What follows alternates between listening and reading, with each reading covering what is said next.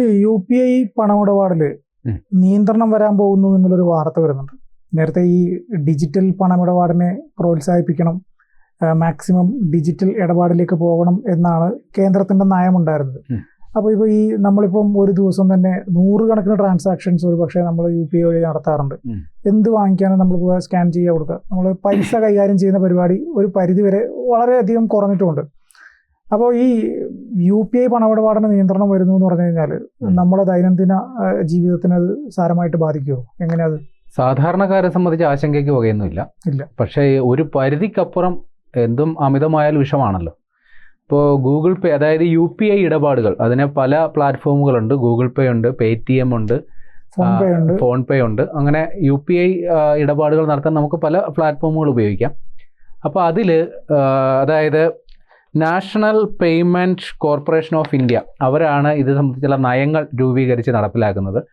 August 1 മുതൽ ഇത് നിലവിൽ വരും. അപ്പോൾ അവരുടെ നിർദ്ദേശാനുസരണം ഉള്ള പുതിയ മാറ്റങ്ങൾ ഇങ്ങനെയൊക്കെയാണ്. UPI ആപ്പ് വഴി ഒരു ദിവസം 50 തവണ മാത്രമേ ബാലൻസ് പരിശോധിക്കാൻ സാധിക്കുകയുള്ളൂ. ഒരു ദിവസം നമ്മൾ 50 തവണയൊക്കെ ബാലൻസ് പരിശോധിക്കേണ്ട കാര്യമുണ്ടോ? അപ്പോൾ സാധാരണക്കാരനെ ബാധിക്കുന്ന വിഷയമല്ല. പിന്നെ ചില ബിസിനസ്സുകാർ ഈ നിരന്തരമായിട്ട് ഇങ്ങനെ പൈസ വന്നോ ഇല്ലയോ എന്നിങ്ങനെ ചെക്ക് ചെയ്യേണ്ടി വരും. അതായത് ഒരാളിങ്ങനെ പൈസ അയച്ചു, അപ്പം നമ്മൾ അത് പൈസ കിട്ടിയോ ഇല്ലയോ എന്നറിയാൻ ബാലൻസ് ചെക്ക് ചെയ്ത് നോക്കുന്ന പ്രവണത ചിലർക്കുണ്ട്. അവരെ സംബന്ധിച്ച് ഇതൊരു ബുദ്ധിമുട്ടാവും. പിന്നെ ഇനി മുതൽ നിങ്ങളുടെ മൊബൈൽ നമ്പറുമായി ബന്ധിപ്പിച്ചിരിക്കുന്ന ബാങ്ക് അക്കൗണ്ടുകൾ ഒരു ദിവസം 25 തവണ മാത്രമേ പരിശോധിക്കാൻ കഴിയൂ. നമ്മൾ ഈ ബാങ്ക് ബാലൻസ് ചെക്ക് ചെയ്യുമല്ലോ. ഇപ്പോൾ നമുക്ക് ഒന്നിൽ കൂടി, ഇപ്പോൾ എനിക്ക് 4 ബാങ്ക് ഞാൻ ലിങ്ക്ഡ് ആണ്. ഒരേ സമയം എനിക്ക് ഒരു ബാങ്ക് അല്ല, അതുമായിട്ട് ബന്ധപ്പെട്ടിട്ടുള്ള മറ്റ് ബാങ്കുകളുടെ കാര്യങ്ങളും പരിശോധിക്കാൻ പറ്റും. പക്ഷെ അത് ഒരു ദിവസം 25 തവണ മാത്രമേ അങ്ങനെ ചെയ്യാൻ പറ്റുള്ളൂ.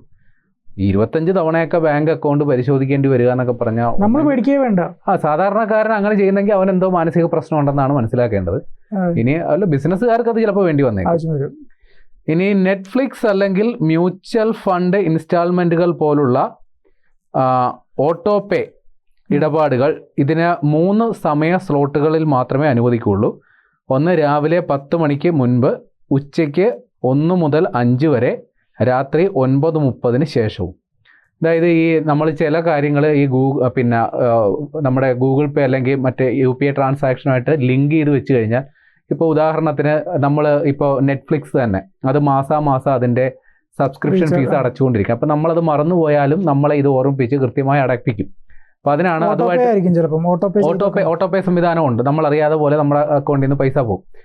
അത് നമ്മളത് എനേബിൾ ചെയ്തിട്ടാൽ മതി. അപ്പോൾ അതിന് ഒരു സമയക്രമം നിശ്ചയിച്ചിട്ടുണ്ട്. അത് ഒന്നെങ്കിൽ രാവിലെ 10 മുൻപ്, പിന്നെ ഉച്ചയ്ക്ക് 1 മുതൽ 5 വരെ, പിന്നെ രാത്രി 9:30 ശേഷം. പിന്നെ ഒരു ദിവസം 3 തവണ മാത്രമേ പരാജയപ്പെട്ട ഇടപാടുകളുടെ നില പരിശോധിക്കാൻ കഴിയൂ. ഓരോ പരിശോധനയുടെ ഇടയിൽ 90 സെക്കൻഡ് ഇടവേള ഉണ്ടായിരിക്കും. അതായത് നമ്മളിത് ഇങ്ങനെ പൈസ അയച്ചു കഴിയുമ്പോൾ ഇപ്പോൾ നെറ്റ്വർക്കിൽ എന്തെങ്കിലും തകരാറുണ്ടെങ്കിൽ അതിങ്ങനെ പ്രോസസ്സിംഗ് എന്നോ മറ്റോ ഇങ്ങനെ കാണിച്ചുകൊണ്ടിരിക്കും. ചിലപ്പോൾ അത് ഫെയിലാകും, ചിലപ്പോൾ അത് സക്സസ് ആകും. അപ്പോൾ നമ്മളിതിങ്ങനെ ഇടയ്ക്കിടയ്ക്ക് അത് നോക്കേണ്ടി വരും. അപ്പോൾ അതങ്ങനെ 3 തവണ മാത്രമേ നമുക്ക് നോക്കാൻ പറ്റുള്ളൂ. അത് 3 തവണ നോക്കുമ്പോഴും 1.5 മിനിറ്റ് 90 സെക്കൻഡ് ഇടവേള ഉണ്ടാവും. അപ്പോൾ ഇതാണ് പുതിയ പരിഷ്കരണങ്ങൾ. അപ്പോൾ ഈ പരിഷ്കരണങ്ങൾ ഒറ്റ നോട്ടത്തിൽ നമുക്ക് മനസ്സിലാകുന്നത് സാധാരണക്കാരനെ ഒരു തരത്തിലും ബാധിക്കുന്ന സംഗതിയല്ല എന്നുള്ളതാണ്. പക്ഷേ ഇത് ഈ പരിഷ്കാരങ്ങൾ നടത്താൻ ഇപ്പോൾ അങ്ങനെ ഒരു തീരുമാനത്തിലേക്ക് എത്താനുള്ള കാരണം എന്താണ്? അതായത് national payment corporation of India അവരാണ് ഈ നയങ്ങൾ രൂപീകരിച്ച് നടപ്പിലാക്കുന്നത്. അവർ ഇത് പറയുന്നത് ഇതിലൂടെ ഇതിൻ്റെ വേഗതയും കൃത്യതയും ആധികാരികതയും ഉറപ്പിക്കാൻ സാധിക്കും എന്നുള്ളതാണ്. പക്ഷേ ഇതിങ്ങനെ നിയന്ത്രിച്ചതുകൊണ്ട് അത് ഏത് തരത്തിലാണ് അത് പ്രാവർത്തികമാകുന്നുള്ളതിൻ്റെ സാങ്കേതിക വശം അവർക്ക് മാത്രമേ അറിയുള്ളൂ. പക്ഷെ അവർ ഇങ്ങനെ ഇതുകൊണ്ട് നമുക്ക് പ്രത്യക്ഷത്തിൽ നോക്കുമ്പോൾ അതുകൊണ്ട് ഒരു അപകടവുമില്ല. പ്രത്യേകിച്ച് നമ്മൾ ഈ UPI ഇടപാടുകളെന്ന് പറയുന്നത് നമ്മുടെ കയ്യിൽ നിന്ന് 10 പൈസ ചിലവില്ലാത്ത സംഗതിയാണ്. നമ്മുടെ ഇൻ്റർനെറ്റ് കണക്ടിവിറ്റി മാത്രം ഉറപ്പുവരുത്തിയാൽ മതി. അതിപ്പോൾ ഒരു സ്മാർട്ട് ഫോൺ ഇല്ലാത്ത ആളുകൾ ചുരുക്കമാണ്. സ്മാർട്ട് ഫോൺ ഇപ്പോൾ ഇൻ്റർനെറ്റ് യുഗമാണല്ലോ. തുച്ഛമായ, അതായത് നമ്മൾ മൊബൈൽ റീചാർജ് ചെയ്യുമ്പോൾ തന്നെ ഒട്ടുമിക്കവർക്കും ഇൻ്റർനെറ്റ് കണക്ടിവിറ്റി കിട്ടുന്നുണ്ട്. അത് അങ്ങനെ ബുദ്ധിമുട്ടുള്ളവർക്ക് പലയിടങ്ങളിലും ഇപ്പോൾ ഫ്രീ വൈഫൈ സംവിധാനങ്ങൾ പലയിടങ്ങളിൽ സർക്കാർ തന്നെ അറേഞ്ച് ചെയ്ത് കൊടുത്തിട്ടുണ്ട്. അല്ലെങ്കിൽ ചില സ്ഥാപനങ്ങളിൽ ചെല്ലുമ്പോൾ അവിടെ നമുക്ക് വൈഫൈ കിട്ടും. അപ്പോൾ നമുക്ക് ഈ UPI ഇടപാട് നടത്തുന്നതിന് ബുദ്ധിമുട്ടില്ല. അപ്പം അവിടെ ചെല്ലുന്ന UPI ഇടപാട് നടത്തുന്നതിന് നമുക്ക് 10 പൈസ സർവീസ് ചാർജ് ആകുന്നില്ല എന്നുള്ളതാണ് ഇതിൻ്റെ പ്രത്യേക ഇനം. അതുമാത്രമല്ല, ഇപ്പോൾ നമ്മൾ ATM ഇടപാടുകൾ നടത്തുമ്പോൾ ബാങ്കിന് സർവീസ് ചാർജ് ഈടാക്കാൻ വകുപ്പുണ്ട്. പക്ഷേ UPI ഇടപാടുകൾക്ക് അതില്ല. അതേ ബാങ്ക് തന്നെയാണ് ഇടപാടുകൾ നടത്തുന്നത്. ഏറ്റവും അതായത് എന്തുകൊണ്ട് UPI ഇടപാടുകൾ എന്നുള്ളത് നമ്മുടെ നോട്ട് നിരോധന കാലമുണ്ടല്ലോ, വിജേഷിന് ഓർമ്മയുണ്ടോ? ക്യൂ നിന്നിരുന്നോ? ക്യൂ നിന്നിരുന്നോ? അതായത് അതെ, അതായത് മോദിജിയുടെ ഒരു സർജിക്കൽ സ്ട്രൈക്ക് ആയിരുന്നു അത്. അപ്പോൾ അത് ആദ്യഘട്ടത്തിൽ നമുക്ക് ഒരുവിധപ്പെട്ട എല്ലാവർക്കും അതിൻ്റെ ബുദ്ധിമുട്ടുണ്ടായിരുന്നു. മണിക്കൂറുകൾ നീണ്ട ക്യൂ ATMകൾക്ക് മുമ്പിലുണ്ടായിരുന്നു.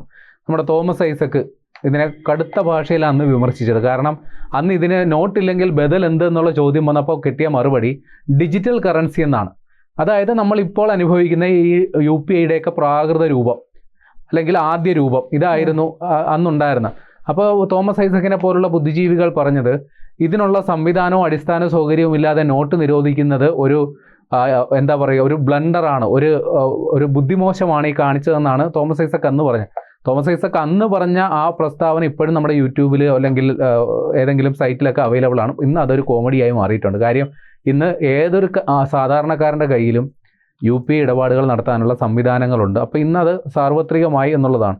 കൃത്യം കണക്ക് പറഞ്ഞാൽ ഇന്ത്യയിൽ ഇതുവരെ നടന്ന UPI ഇടപാടുകൾ ഏതാണ്ട് 675 ദശലക്ഷമാണ്.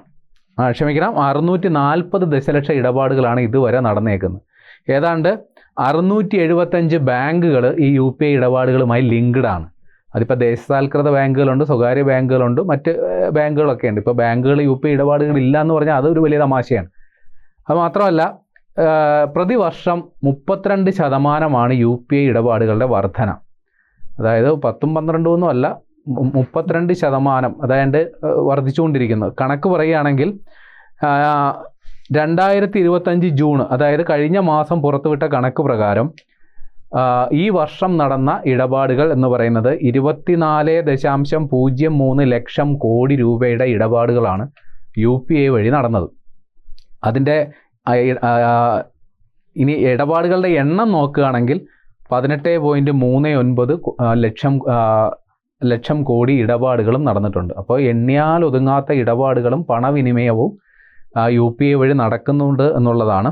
ഇനി മറ്റൊരു രസകരമായ സംഗതി കൂടിയുണ്ട്. അതായത് നമ്മൾ ഈ നോട്ട് നിരോധന കാലത്തിന് ശേഷം ഏതാണ്ട് വളരെ റോക്കറ്റ് വേഗതയിലാണ് UPI ഇടപാടുകൾ സാർവത്രികമായത്. കണക്ക് പറയുകയാണെങ്കിൽ 2019 34% പേർ മാത്രമാണ് UPI ഇടപാടുകൾ ഉപയോഗിച്ചത്. അതായത് ഒരു ബാങ്ക് അക്കൗണ്ടുള്ള ബാങ്ക് ഉപഭോക്താക്കളിൽ 34% പേർ മാത്രമാണ് 2009 ഗൂഗിൾ പേ അല്ലെങ്കിൽ അതേപോലുള്ള സംവിധാനങ്ങൾ ഉപയോഗിച്ചതെങ്കിൽ ഇന്ന് ഏതാണ്ട് 83% പേരും ഇത് ഉപയോഗിക്കുന്നുണ്ടെന്നുള്ളതാണ്. അപ്പോൾ ഇത് ഒരു സാർവത്രികമായ സംഗതിയായി മാറിയിട്ടുണ്ട്. പുതിയ നിയന്ത്രണങ്ങൾ വന്നത് ഒരിക്കലും ഇതിനെ നിരുത്സാഹപ്പെടുത്താനല്ല, അതിൻ്റെ കൃത്യതയും വ്യക്തതയും അതിൻ്റെ ആധികാരികതയും ഉറപ്പുവരുത്താൻ വേണ്ടിയാണ്. അതുകൊണ്ട് UPI ഇടപാടുകൾക്ക് ഏതെങ്കിലും വലിയ കടുത്ത നിയന്ത്രണം വരുന്ന തരത്തിലുള്ള ആശങ്കകൾക്ക് അടിസ്ഥാനമില്ല. കൂടുതൽ വാർത്തകളും വിശേഷങ്ങളും നിങ്ങളിലേക്ക് എത്താൻ ABC മലയാളം സബ്സ്ക്രൈബ് ചെയ്യുക, ബെൽ ബട്ടണും അമർത്തുക.